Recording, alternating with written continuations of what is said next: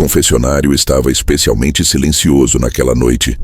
Não o silêncio comum, aquele que apenas espera a próxima respiração, mas um silêncio espesso, quase cuidadoso, como se até o ar evitasse fazer perguntas. A madeira antiga rangia menos do que o normal. Isso acontece quando o lugar sabe que alguém vai precisar de espaço. Eu estava ali havia algum tempo quando senti a presença.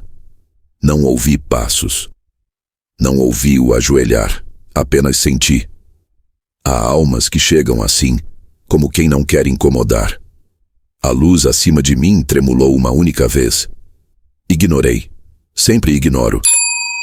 Do outro lado da divisória, uma mulher respirava com dificuldade. Não era choro, era esforço, como se cada inspiração carregasse peso demais. Antes que dissesse qualquer palavra, eu soube. Ela não vinha confessar um pecado, vinha devolver vários. Padre, eu não sei por onde começar. A voz era baixa, mas firme. Não havia medo nela, havia confusão. Comece por onde dói, respondi. Ela ficou em silêncio por alguns segundos. Depois, falou com uma naturalidade que não combinava com o que dizia. Eu traí meu marido. Esperei. Não pela continuação, pela sensação. Nada veio, nenhum tremor, nenhum arrependimento, nenhuma culpa pessoal. Quando isso aconteceu? Perguntei. Em 1989. Anotei mentalmente, não pela data, mas pela rapidez. E como isso a fez sentir? Continuei. Ela hesitou. Eu me senti vazia. Mas não era eu. A frase ficou suspensa entre nós. Continue. Pedi. Eu abandonei meu filho. Deixei com minha mãe e nunca mais voltei. Dessa vez o corpo dela reagiu. Os dedos apertaram o tecido da saia. Mas não era dor própria. Era empatia demais. Eu causei um acidente. Um homem morreu. As confissões vinham em sequência. Graves, pesadas, irreversíveis, e nenhuma carregava identidade. Era como ouvir alguém listar crimes de um livro, mas chorando por eles como se fossem reais. Padre. Ela sussurrou. Eu não lembro de ter feito nada disso, mas a culpa está aqui. Fechei os olhos, porque aquele tipo de culpa não nasce em uma única alma. Mas antes de continuarmos, se inscreva no canal. Aqui temos histórias todo santo dia. Pedi que ela respirasse. Não porque estivesse nervosa, mas porque o corpo dela parecia atrasado em relação à própria alma. O ar entrava e saía como se obedecesse a outra cadência, não a dela. Há pessoas assim. Pessoas que sentem antes de entender. Enquanto ela respirava, observei o silêncio. Não o silêncio do confessionário. Esse eu conheço bem, mas o silêncio que vinha dela. Era cheio demais. Como um quarto onde móveis demais impedem a passagem. Perguntei a idade, o endereço, coisas simples. As respostas vieram corretas, atuais, vivas. Nada indicava confusão mental, delírio ou fuga da realidade. Ela estava ali, inteira, presente e ainda assim carregada. Voltei aos pecados, aos muitos pecados que ela havia listado antes, como quem enumera objetos encontrados em um quarto que não é seu.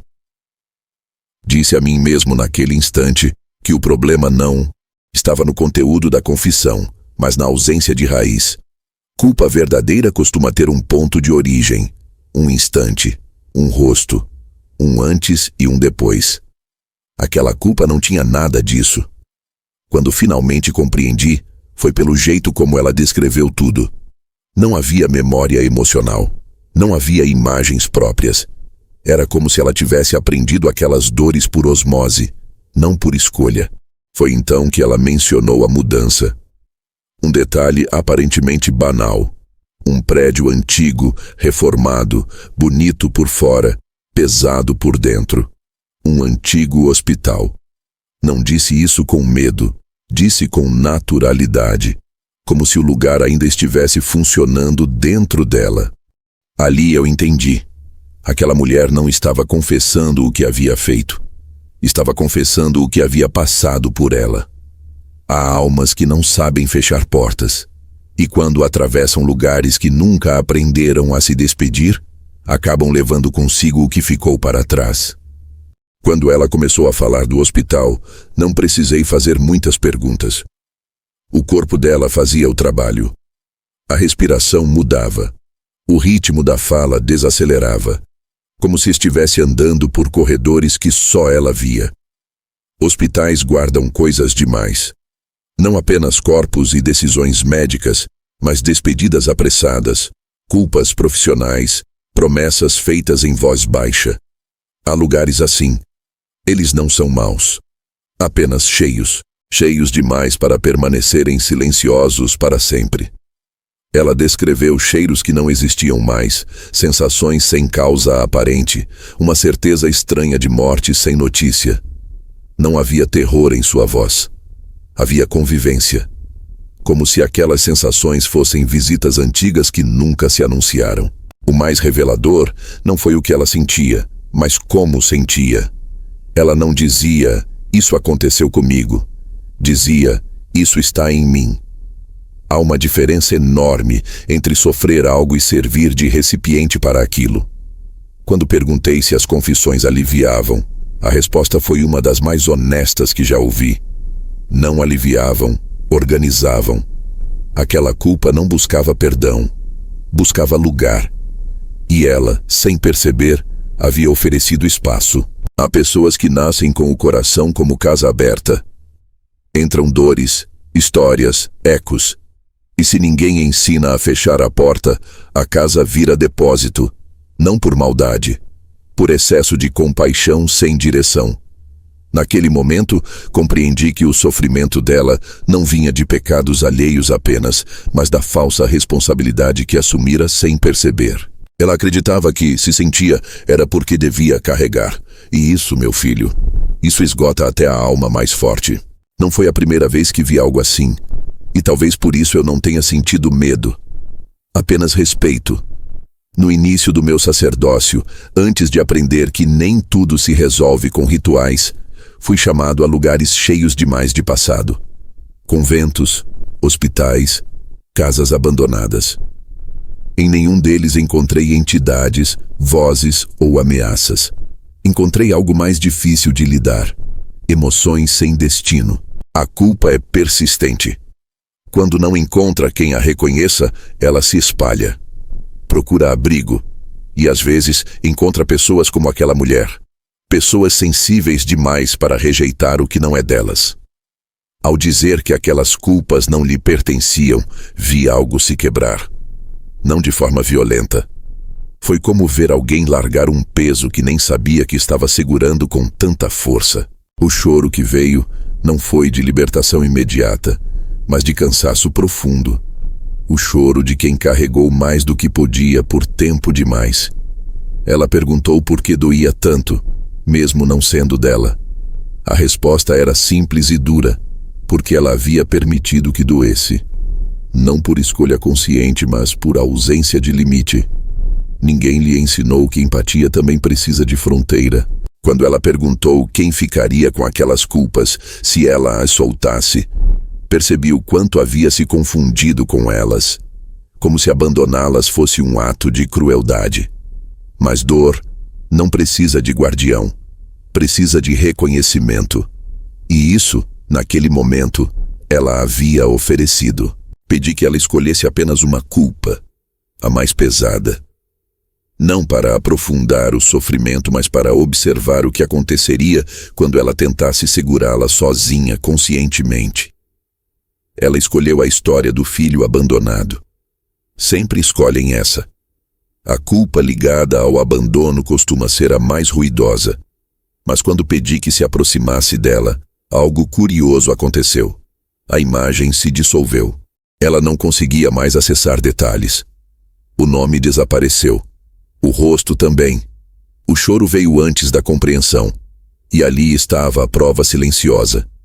Quando a culpa não é sua, ela não sustenta proximidade. Ela existe enquanto é vaga. Quando exigida, se desfaz. O medo que surgiu não foi espiritual. Foi humano. O medo do silêncio. De ficar sem a dor que, por tanto tempo, havia preenchido os dias. Algumas pessoas se acostumam tanto ao peso que confundem alívio com vazio. Aos poucos, a respiração dela desacelerou. O corpo começou a reaprender seu próprio ritmo. E pela primeira vez desde que entrou, ela sentiu leveza sem culpa. Isso é raro e precioso. Expliquei o que quase ninguém explica, que amor sem limite vira sacrifício injusto e empatia sem direção vira prisão. Que não é sinal de bondade carregar o que não nos foi dado. É apenas desconhecimento. Disse a ela que algumas pessoas nascem como portas abertas, mas portas precisam aprender quando fechar. Não para excluir o mundo, mas para continuar existindo dentro dele. Rezei. Não para expulsar nada. Não havia o que expulsar. Rezei para devolver. Para que cada culpa encontrasse seu verdadeiro dono, ou o silêncio de Deus, que às vezes é o único lugar onde certas dores conseguem descansar. Antes de sair, deixei uma orientação simples. Não pedir perdão por histórias que não são suas. Nomear o limite em voz alta quando o peso tentar voltar. Reconhecer sem absorver. Quando ela se levantou, o confessionário parecia diferente.